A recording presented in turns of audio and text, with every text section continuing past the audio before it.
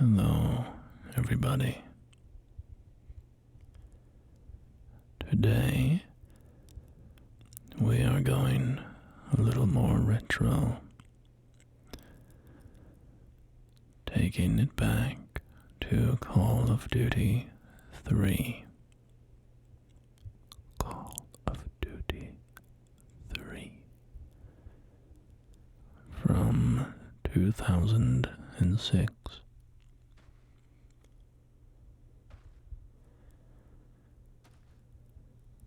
Call of Duty 3 was the first Call of Duty game developed by Treyarch. And of course, Treyarch would go on to develop the Black Ops series of Call of Duties. The first two Call of Duties were developed by Infinity Ward.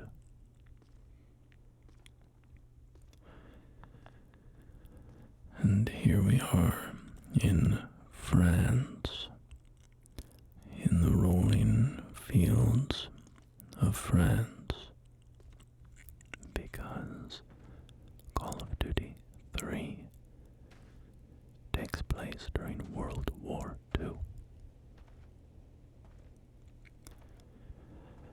The campaign covers events surrounding Operation Overlord, which was the military name for the Battle for Normandy.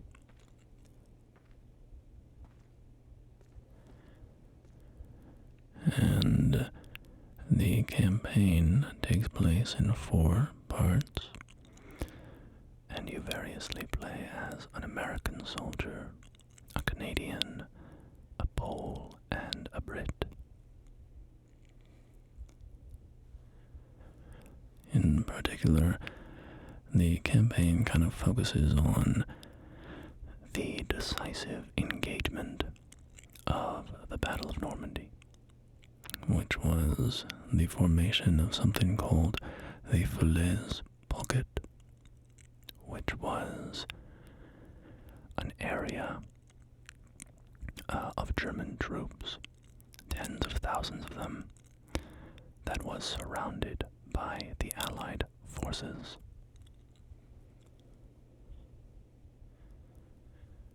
So the campaign sees you kind of fighting in and around the Falaise Pocket, either preventing the German troops from breaking through and escaping the pocket, or, helping to form the pocket in the first place, or whatever.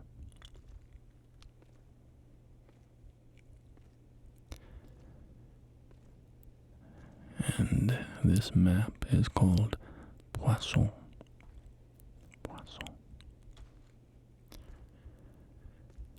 And it is this village here. And I believe this is the Arsens River that we just crossed over.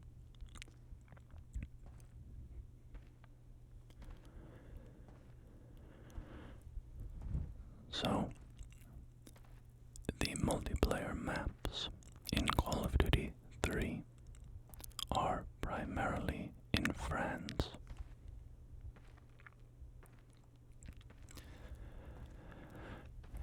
In France's villages, its towns, its cathedrals, its chateaus, and its cities.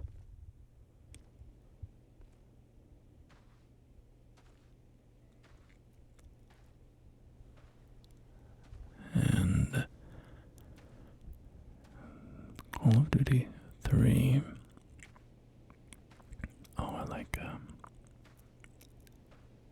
Let's go check out this wheat field here.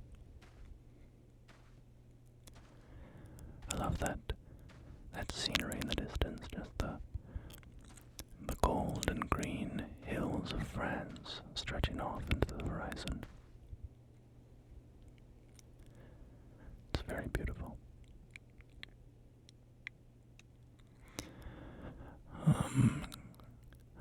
I didn't play Call of Duty 3's multiplayer extensively, besides local play. But I did play its campaign along with Call of Duty 2's campaign. I never played the first Call of Duty,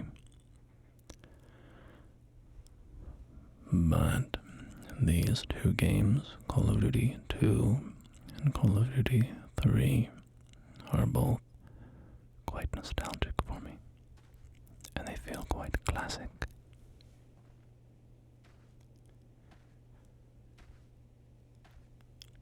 You can see some light flashing in the sky, some distant lightning behind the clouds.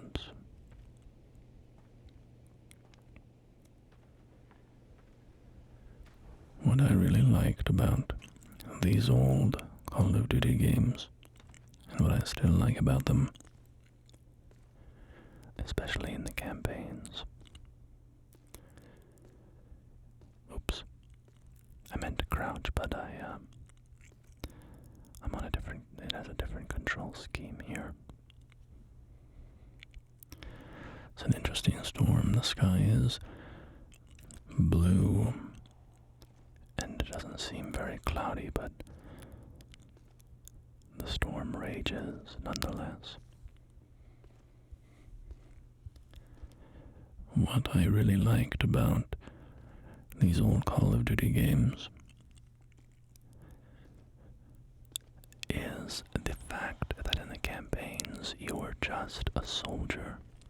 You were just one soldier playing a small part in the war.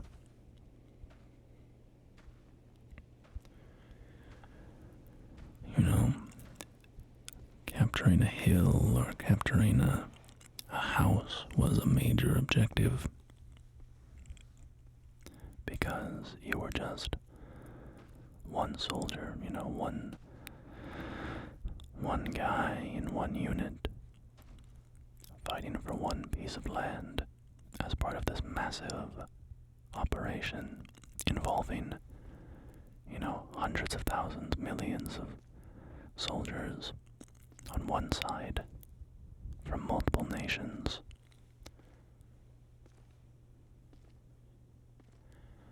And I do love the Modern Warfare campaigns,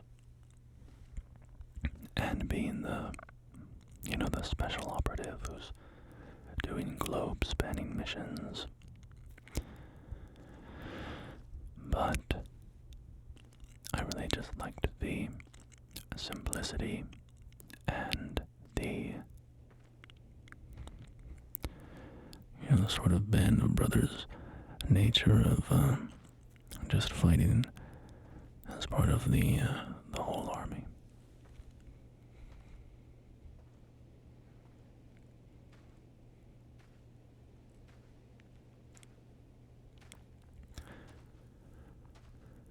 So being from 2006, whoa, a little visual glitch there, that's weird.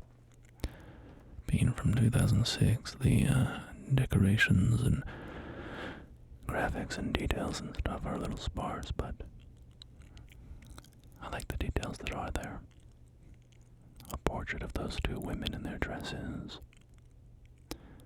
A painting of some river, perhaps the Seine. Wardrobes, bureaus, cabinets, oil lamps on the walls.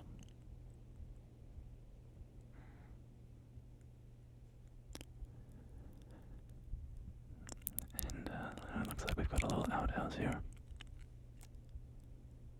And it's got the little moon carved into it. Very classic. wonder what started that association that an outhouse has to have a little crescent moon in the door. I wonder why that became an image.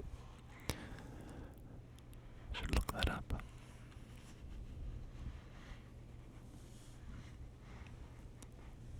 Fancy couch.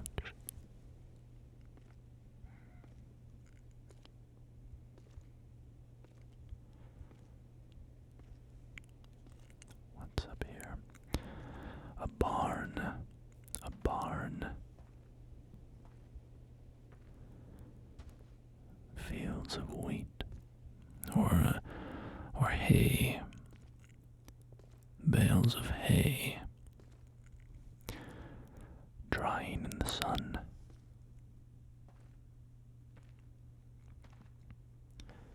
And an old classic truck there. An old 30s era truck.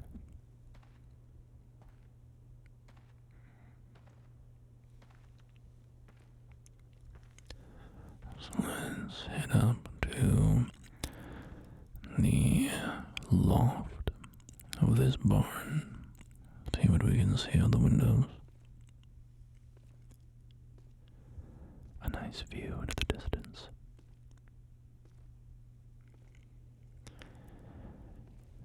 And if we walk around this hay, we can pop over here. Get a view of the town, the road leading into town, and this strange storm overhead. The sky that seems very light and clear. It storms so heavily.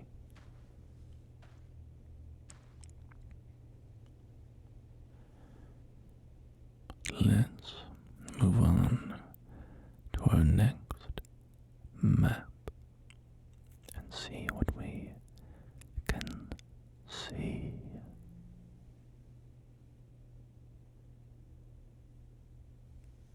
So here we are in Rouen. Rouen. Rouen is, of course, a very famous city in France. It has a very long history, going back to early medieval times. Was the capital of Normandy back when that was an independent polity before it had been taken by, I guess it would probably have been Francia at that time, Francia. I don't really know how you pronounce that. I just read it. I always feel stupid when I get to when I pronounce a word, when I say a word out loud that I mostly know just by reading it, and then I'm like, wait a minute, I don't know actually how to say this. Bunch of bottles of wine.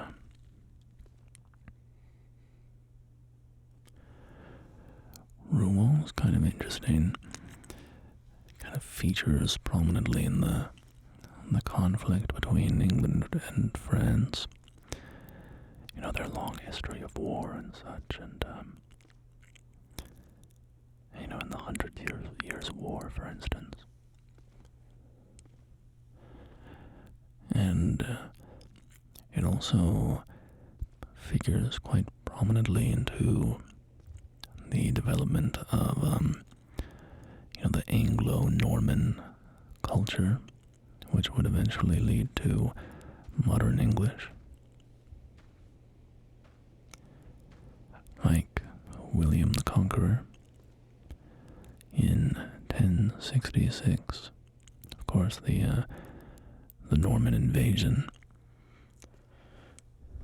and William conquered England.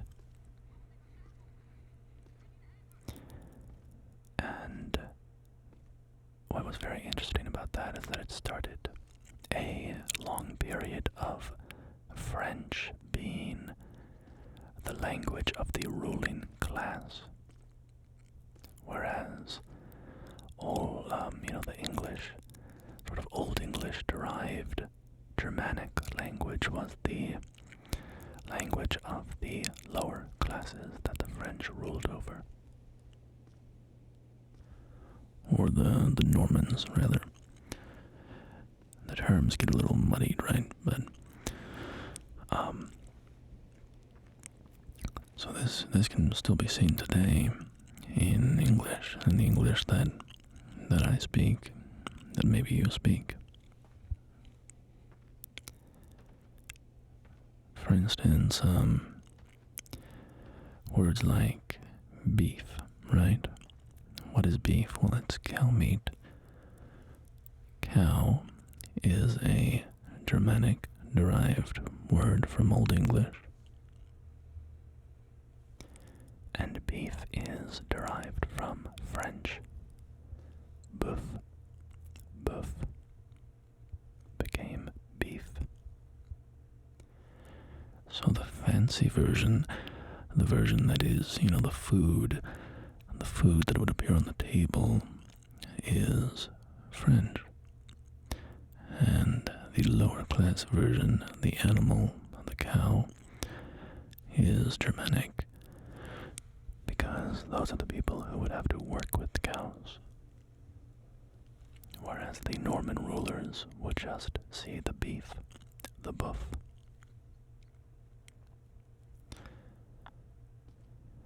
And this is very, very common, actually. Tons of words. You can see this etymological history in. Pork is French. Versus boar, I think, or pig maybe would be Germanic. Mutton versus sheep, French versus Germanic. There's tons of words like this. A lot of the French words, a lot of the fancy words that we have now. Some of them might have come later, but, for the most part, a lot of them came from this time period. Butler. Where does butler come from? Butler. Justice.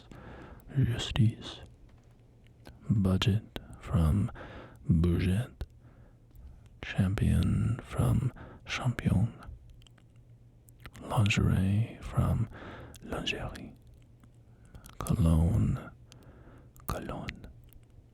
Blouse. Blouse. Perfume is parfum. Salon. Restaurant. Pork. Boeuf. Mutton. Butler. Justice. Budget. Champion. Cologne. Parfum. Restaurant. Lingerie.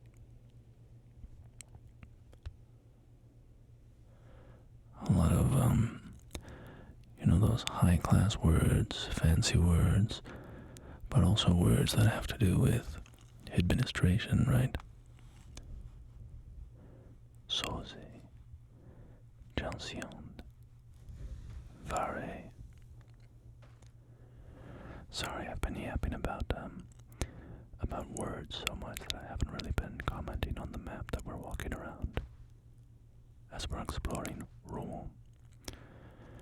Cheval Noir, Hôtel du Cheval Noir, Bar, Restaurant, Table, Champagne, Rennes Fer.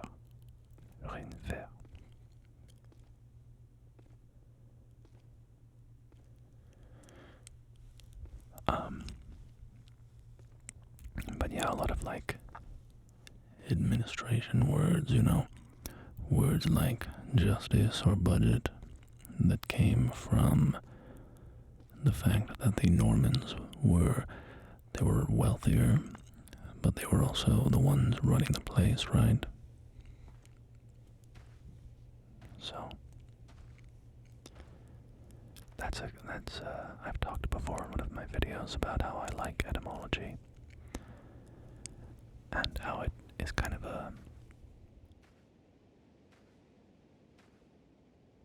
it's kind of a key that helps unlock. You know, if you understand etymology, then you understand a lot more about history and culture, and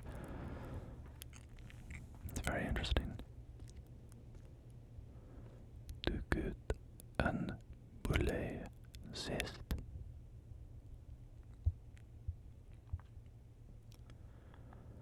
Je voudrais un croissant. Je voudrais un croissant. So, Rouen here, of course, is heavily destroyed. Of course, it was taken by Nazi Germany.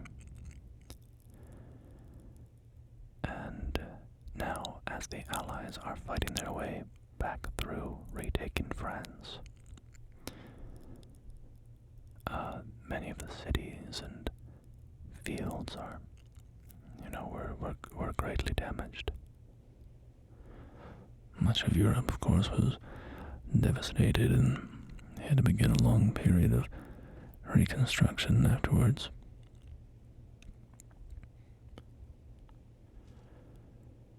In the United States, we undertook the Marshall Plan, which provided significant amounts of economic aid to Europe to help them recover from the destruction of World War II.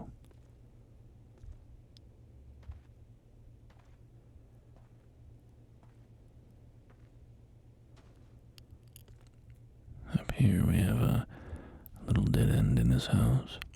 I suppose this second floor area just serves as a kind of overlook point for this section of alleyway and the streets down there.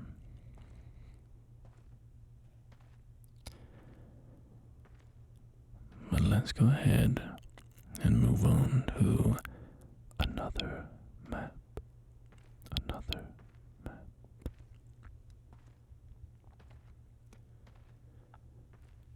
Here we are in Champs. This is the map. Champs, which is a French word, means fields.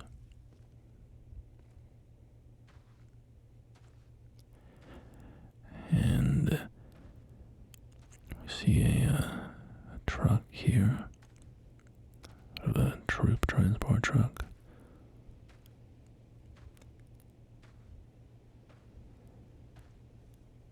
Nice little village, although lots of destruction. This is kind of interesting.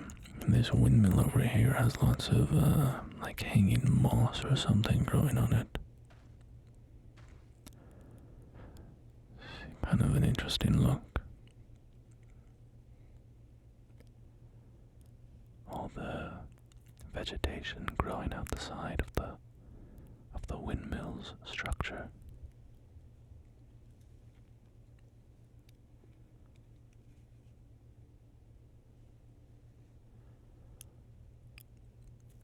Some poles here, wires leading to a church with its bell tower partially collapsed and destroyed. No doubt hit by artillery fire of some kind, or a tank shell perhaps.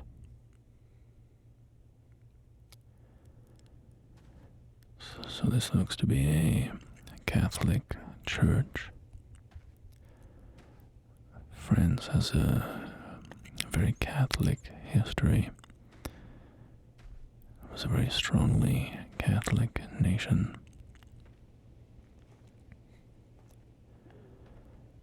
Nowadays it's very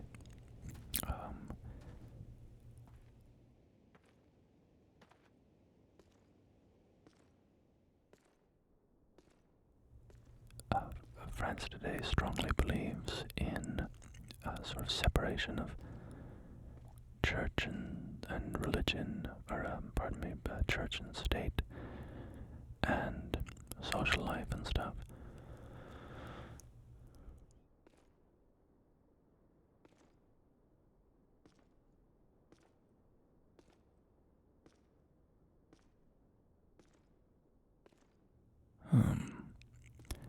But yeah, much of France's history is very Catholic.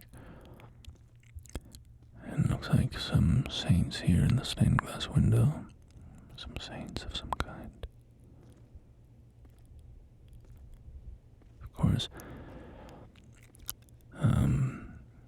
the Catholic identity of France became, as a matter of much consternation at various points.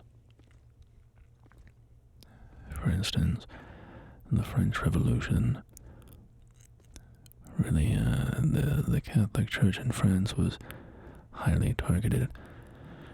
Priests were forced to swear an oath of allegiance to the new French Constitution. I believe it was called the Civic Oath.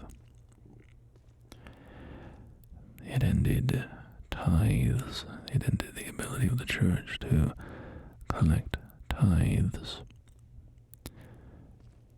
They took church lands, and at various points in the revolution, became very atheistic, or, well, I don't know. I don't really know enough about. There was this weird thing called the religion of the Supreme Being, and it was this kind of atheistic church. Anyway, there's a cool pipe organ here, and the church is much destroyed here, sadly. But yeah, you can look up like Robespierre and the Church of the Supreme Being, and I don't really understand enough about it. It always seemed very strange to me. It was this kind of non-religious church thing during the French Revolution. What does that say? That's too blurry for me to read. Melis something, I don't know.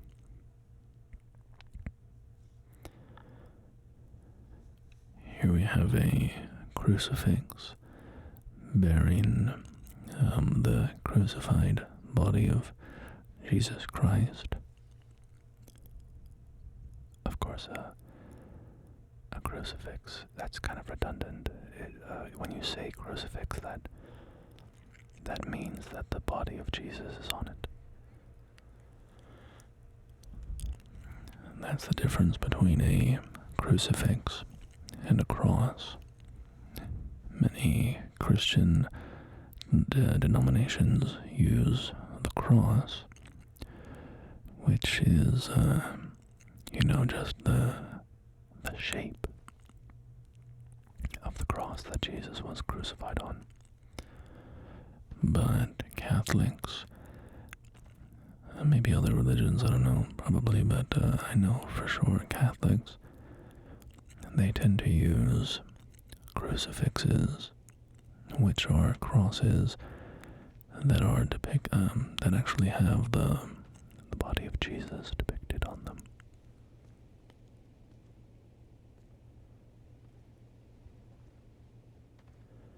And the body of Jesus is called the corpus. The corpus. We've got some silver candlesticks here. Knocked it down on the ground. Silver candlesticks in France. It's like the beginning of Les Miserables.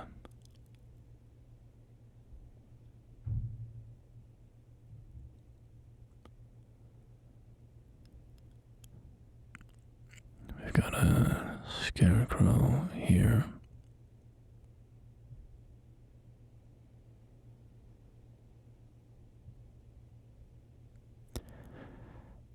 shaggy little fella. Kinda cute though.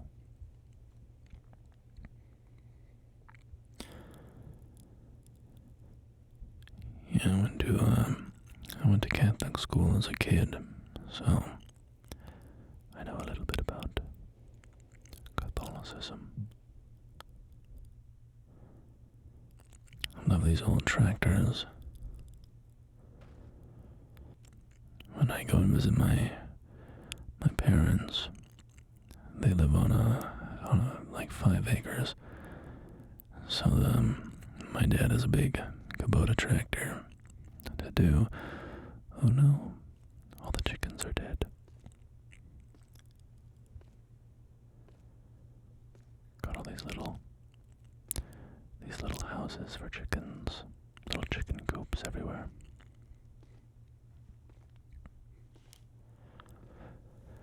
So when I'm there, I hop out on the tractor, mow the lawn, haul yard waste, whatever. My dad's getting a little old, so it's nice when I go down to, or when I go down, I try to help him out with any physical labor that needs doing. Not that he would ever slow down, or he's gonna try to keep active for as long as possible. He can't stay still. If there's something that needs doing, he can't not do it. He's that kind of guy. Alright, so we have a little chateau here, or a mansion, or just a big house, I don't know the proper terms. Heavily damaged. A little roundabout in the front. The roof is collapsed along with sections of the floor.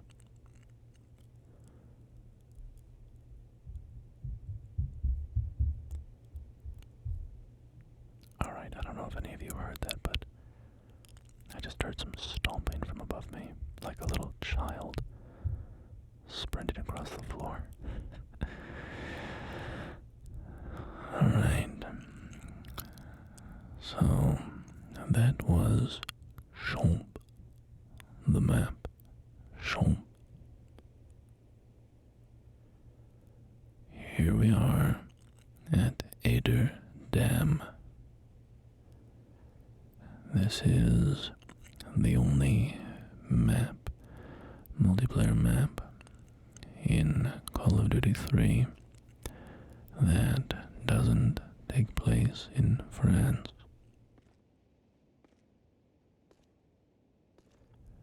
This is the Eder Dam in Germany on the Eder River, which is a real river. Of course, all the locations and stuff in these games are real.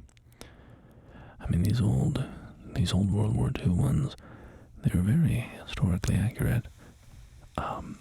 Many of the missions see you kind of playing through major, offensives or taking part in historical military operations or whatever. I'm not a military history expert or anything like that, so I guess I can't say for sure. There might be plenty of liberties taken. That would be kind of interesting to see a military historian play through a Call of Duty 3 or whatever. Also, I'm gonna mute. Whoa. Okay. Sorry. That was nice. That thing just exploded. I was gonna say that I turned around because I heard a boom from behind me, and I was gonna say that I'm gonna mute the audio because it was a very alarming and loud boom. And then when I scoped in on the the vehicle, it just suddenly exploded completely. Yeah, and then as you can see here, there are these vehicles that you can use in Call of Duty 3. Vehicles were largely phased out of Call of Duty multiplayer. Became quite uncommon for a Call of Duty game to have a drivable vehicle.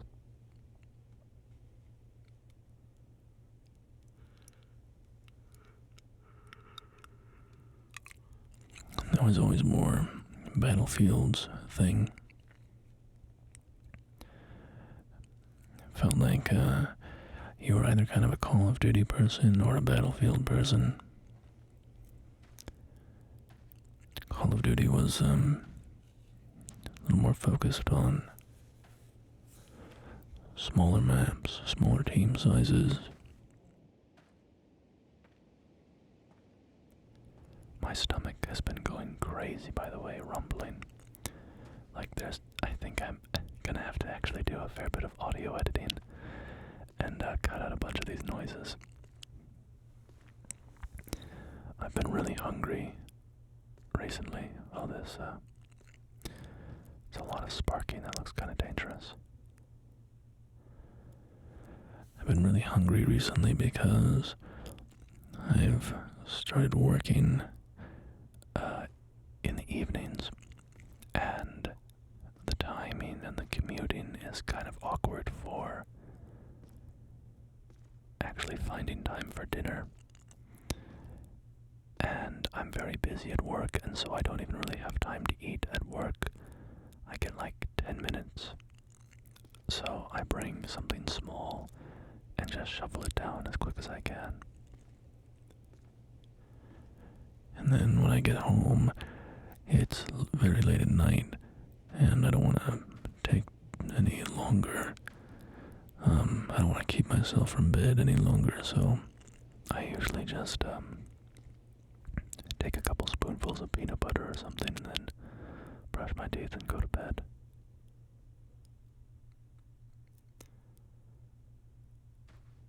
Got the dam over there. Some grates to release the water when the dam is open, to letting the water out. I believe it's in Call of Duty 1, you actually sabotage this dam as one of the missions.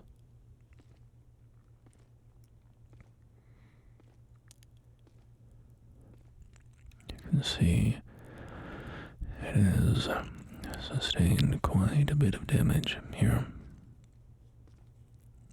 The concrete and rebar hanging.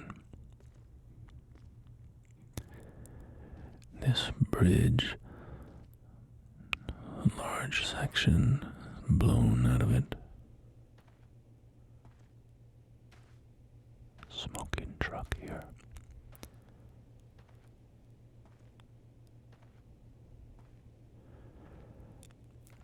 But yeah, anyway, I've been very hungry recently because I just don't get as much food as I normally do.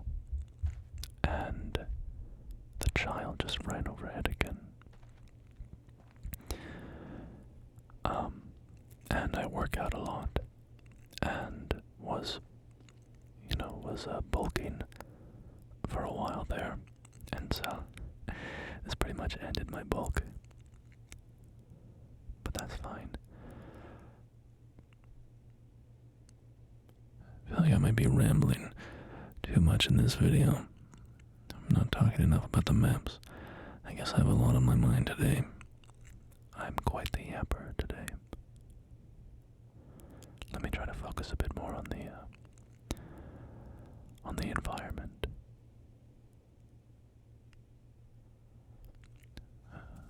A truck turned on its side, on fire, its cargo spilling out on the ground. the dry bed of the river. There's no water being released from the dam at the moment, so what would normally be a flowing river is currently a dry riverbank. So that's a nice sky too, like that sky off in the distance.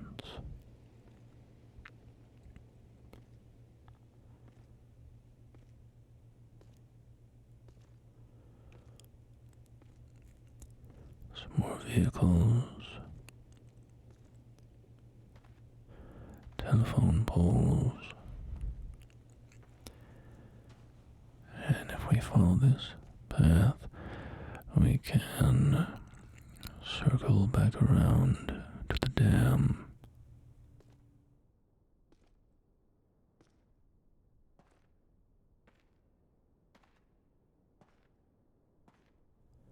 And off here on the side we have some burnt out structure, maybe a house.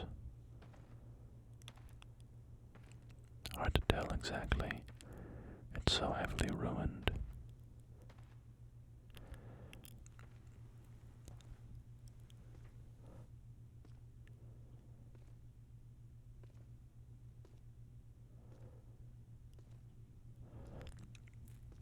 But these old Call of Duties,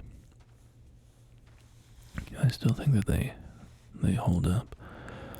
A little rowboat here leading up on the side of the building. Perhaps somebody would go rowing in the river when the dam was active. Or more likely, I suppose, they took it up to the reservoir and rowed about in the reservoir. Nice little bench here. Nicer than I would have expected for a sort of industrial facility area.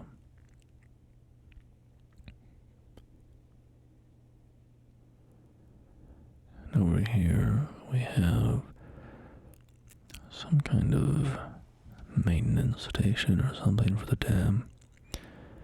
A pumping station or something.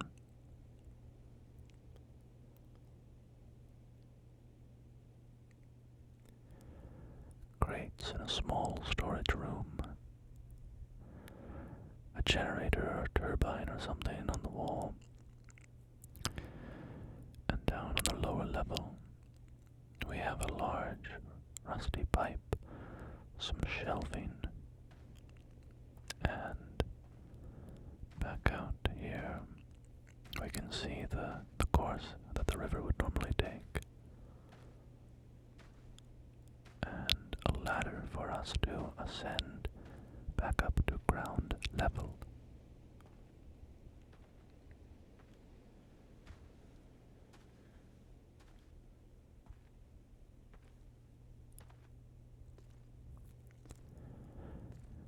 And that pipe from the lower floor can pass under it here. And look at that damage. Seems that the damage was not significant enough to cause the dam to fail. Didn't reach the level of the reservoir water. Or maybe all the water already poured out.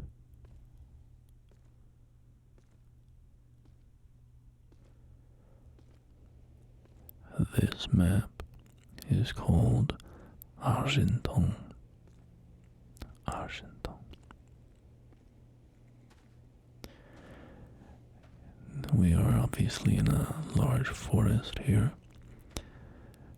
The Forêt des Cuvées.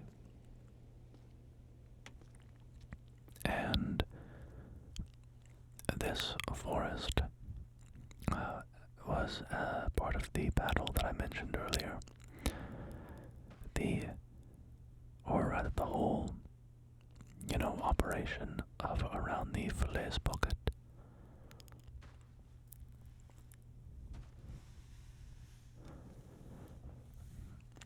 there was fighting here that took place as part of the efforts to encircle the German army and trap them in Falaise. And this map is a large sort of section of the forest with some hills on the side or higher elevation sections on the side.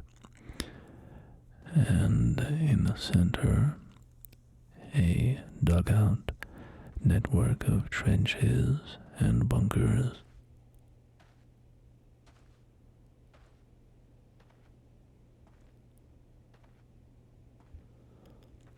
So we can walk through these trenches and explore. We can also head up the sides and get a look over the whole area. We've got some jerry cans and fuel drums under this military netting.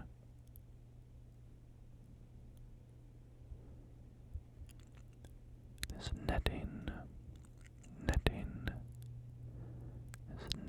overhead.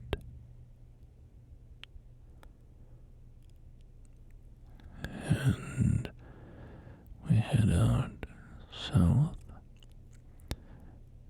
and can climb these log steps up to a little overlook position of the area.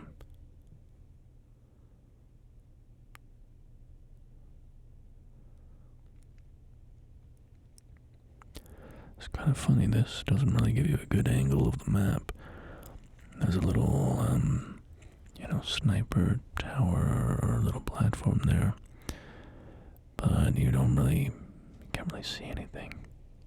It's not a very useful position.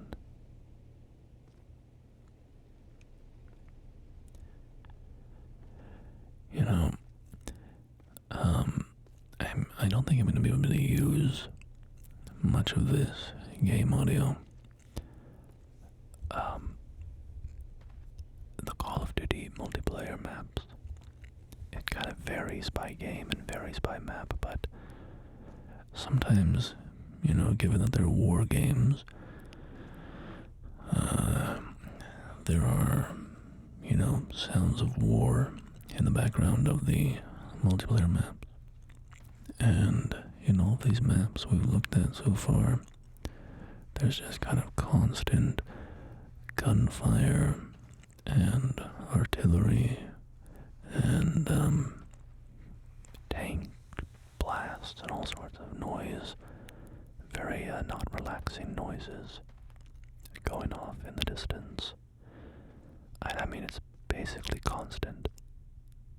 There's every once in a while you'll get a few seconds of quiet, but it's constant. Let's head down into the bunker, see what we can see in here. So, with maps like that, when we explore maps like that, what I often do is I find another map that kind of matches the vibe, but is quieter, a little more peaceful, and I will take audio from that and lay it over the top of a map like this to help create the ambiance.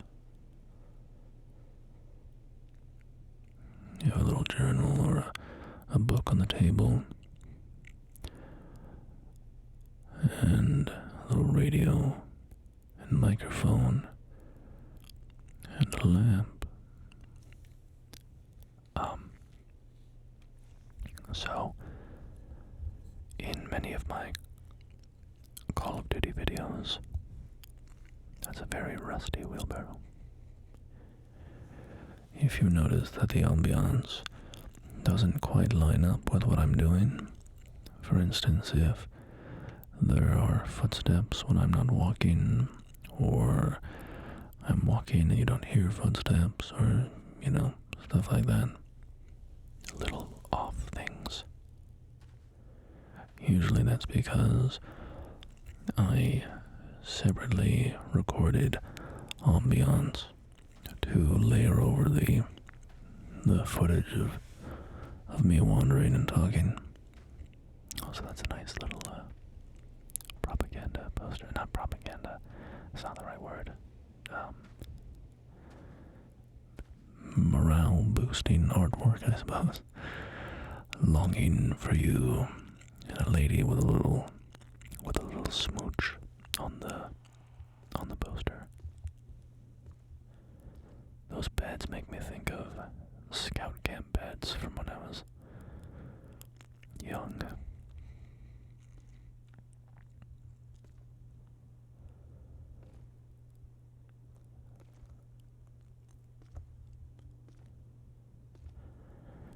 Alright, does this lead us out of the bunker? It's another storage area. Barrels here. Who knows what they contain? Who knows what goods can be found within?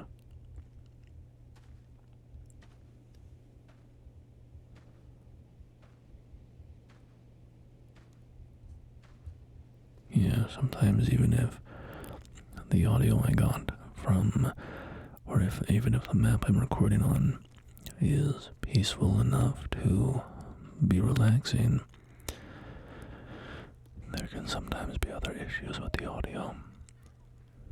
Like when I did my Modern Warfare 3 video, and I didn't realize at the time that we're recording, but my heartbeat sensor was making a very annoying ticking noise, and so I couldn't use any of that audio, and so I had to go back to each of the maps and record audio to overlay as ambiance in the final video.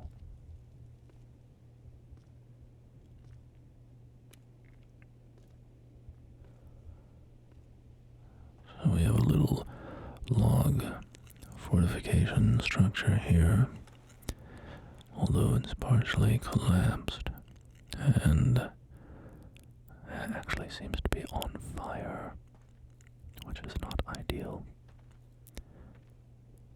But I think we'll sit here and listen to the crackling fire, or at least I will. You might not be able to hear it because I can't use the ambiance from this map. There's too much gunfire.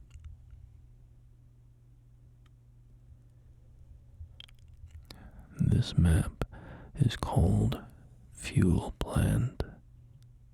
Fuel Plant.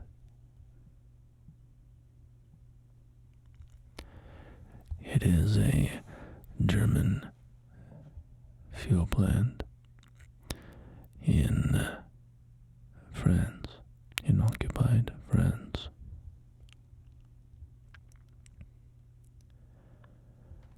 And it is a nighttime map, which is rather uncommon in the multiplayer maps. I know that the map Verdun is also a nighttime map. I'm not sure if there are any other ones. I think there's like DLC map packs for this game. I never played those. Never owned those packs.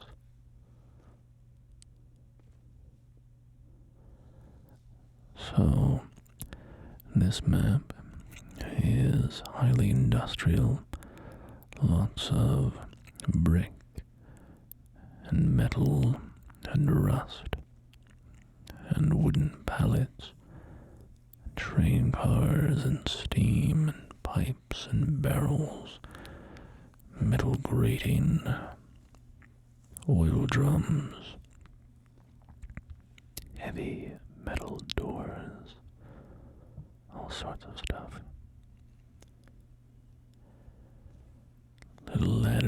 down into the depths, but we will go up instead. So this is a fuel plant, as I said.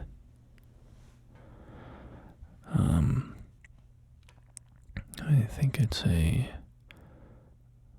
petroleum fuel plant because of the large fuel tanks in the center of the map. Right there, that big fuel tank.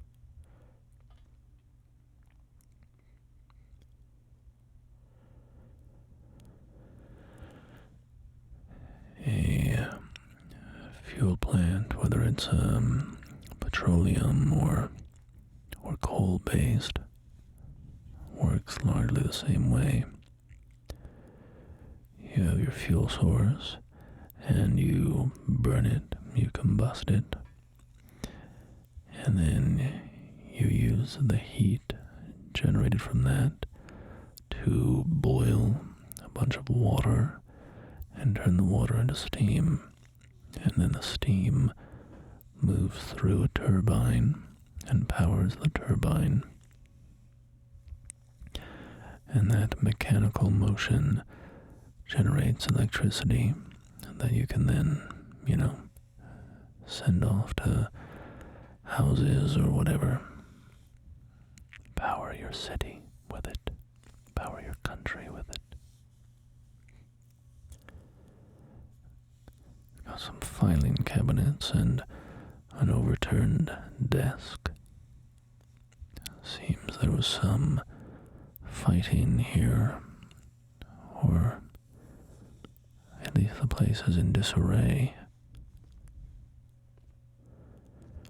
In the campaign, during the section where you play as a Canadian paratrooper, I think it is, you join up with the French resistance and sabotage this fuel plant.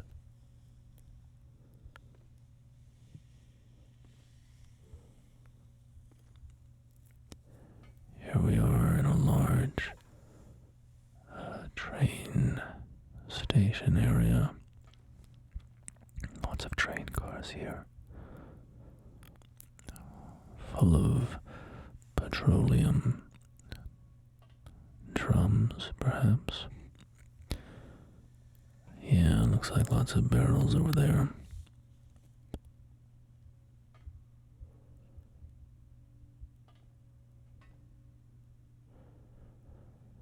Unless, is this a fuel processing plant, actually? And maybe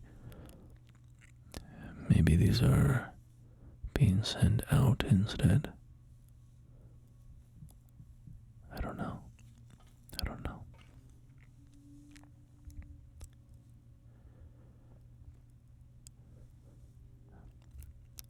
Yeah, I said that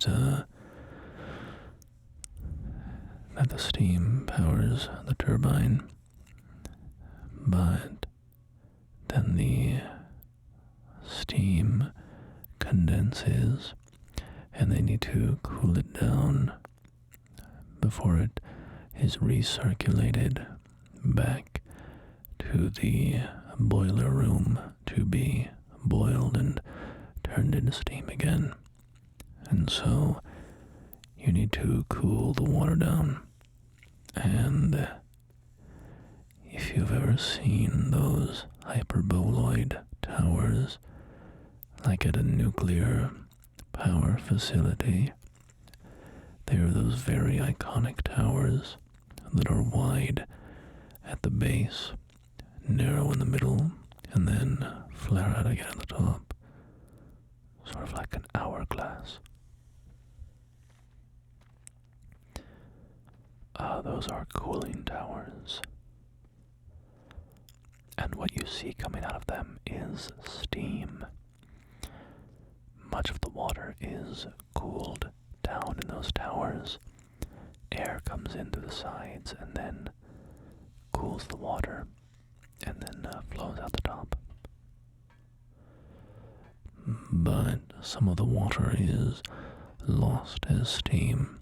So when you see a nuclear power plant where one of those towers is venting white smoke into the air, it's not actually smoke, it's just steam.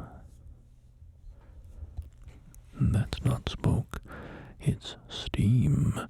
Steam from the steamed clams we're having. Steamed clams.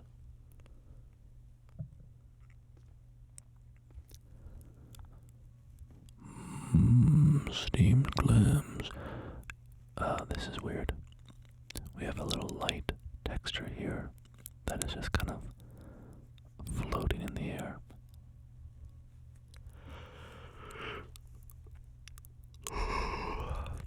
Oh man, I'm tired.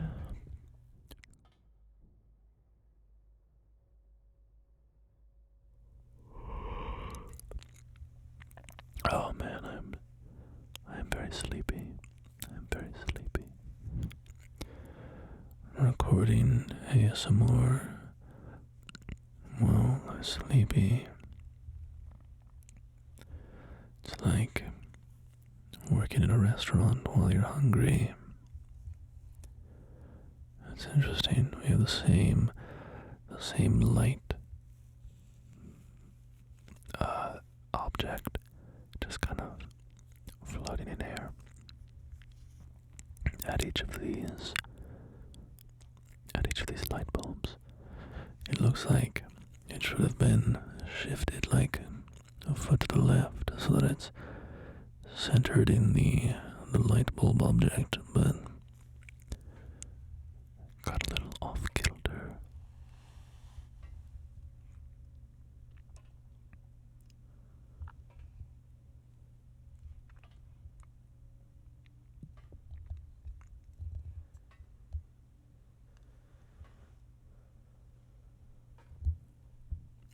So we have wandered up here to the large storage container, large storage drum or tank, and let's wander back down here, start heading towards those smokestacks in the distance. Attention, vous êtes dans une zone industrielle. L'utilisation du casque est obligatoire. Pour plus d'informations, appelez 223479970. Attention, you are in an industrial zone. Using a cask is obligatory. What is a cask? A helmet, maybe? I think that's what that means. You are in an industrial zone. You must use a helmet. You must wear a helmet.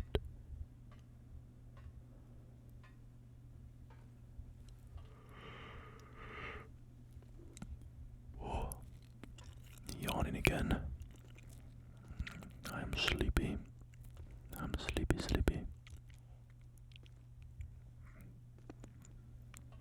I might fall asleep with you at this point. I'm just leaning back.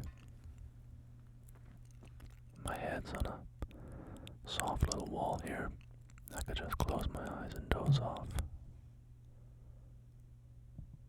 I could just close my eyes and drift away. Drift away.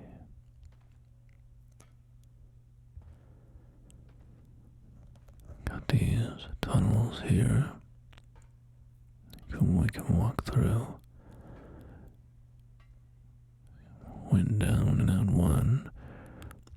And we can pop up here. This is the little roof that we were looking down on earlier when we had walked past the fuel tank. Looks like that valve should be tightened up. Venting some steam into the air. We have a red light here, a red light bulb.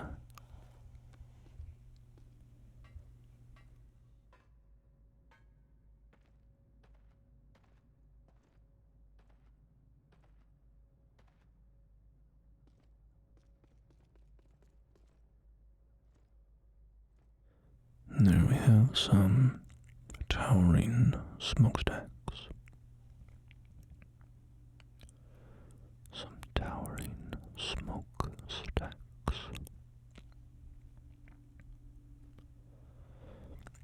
And I suppose to close the loop on how I was talking about how fuel plants work, the smokestack is, of course, from when you are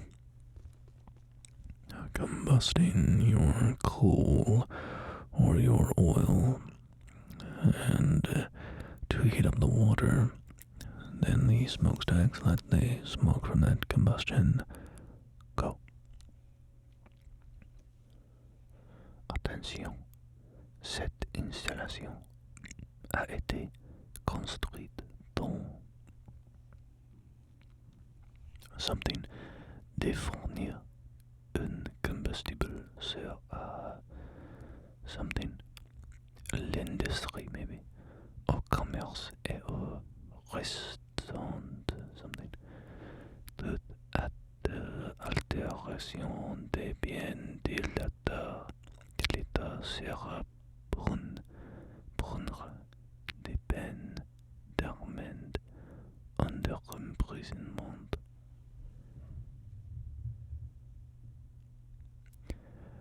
I know some of what I can piece together some of that, but something about how dangerous the facility is, and if you do something wrong, you can get thrown in prison.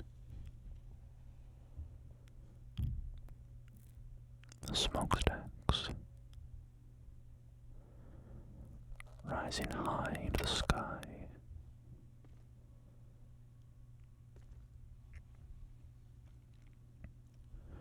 Okay, so here we have the boilers, I suppose, for heating the steam.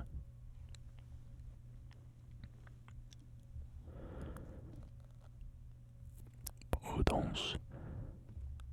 En cas de danger, utilisez la sortie de secours la plus proche.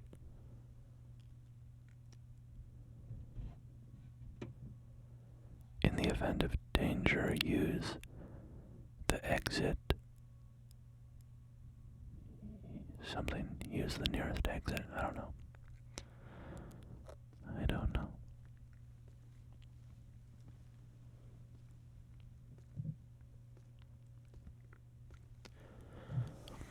I'm actually not entirely sure what this room is. Is this like, I don't know, is this boiling the water, or are these, how does all this fit together? I don't know what's going on in this facility. I think that's heating the water because those pipes are going into the smokestack. Right above where it would be burning. Although that makes it look like it was coal, like you would be shoveling coal into that furnace. Whereas those are giant tanks of petroleum, so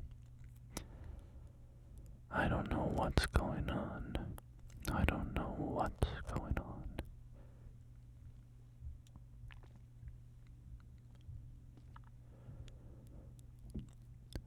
Alright, let's wander off down here,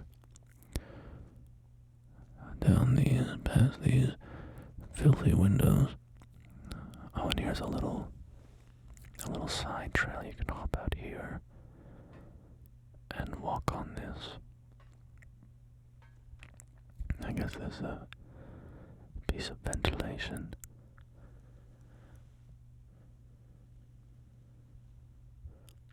But that leads us back the way we came, so let's go back around here, jump back through the window, and continue our little journey down here. I like that this map is at night. It feels very peaceful walking around this industrial area, and it's completely empty, save for us.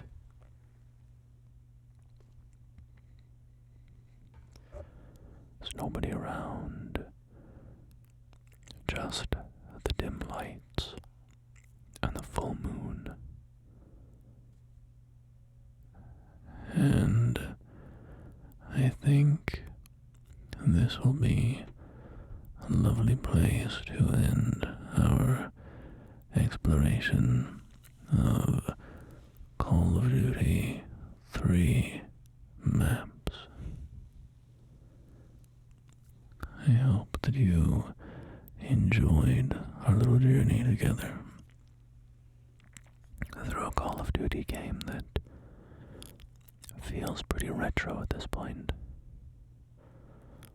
From all the way back in 2006, almost 20 years ago.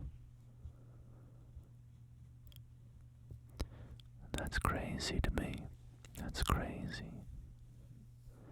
20 years. 20 years ago.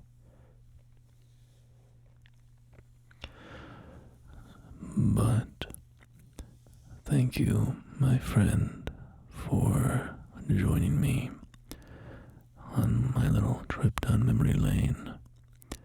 And even if you've never played the game before, I hope that you enjoyed getting a look at some old maps. And I hope that you were able to relax. So until next time, thank you, and stay well.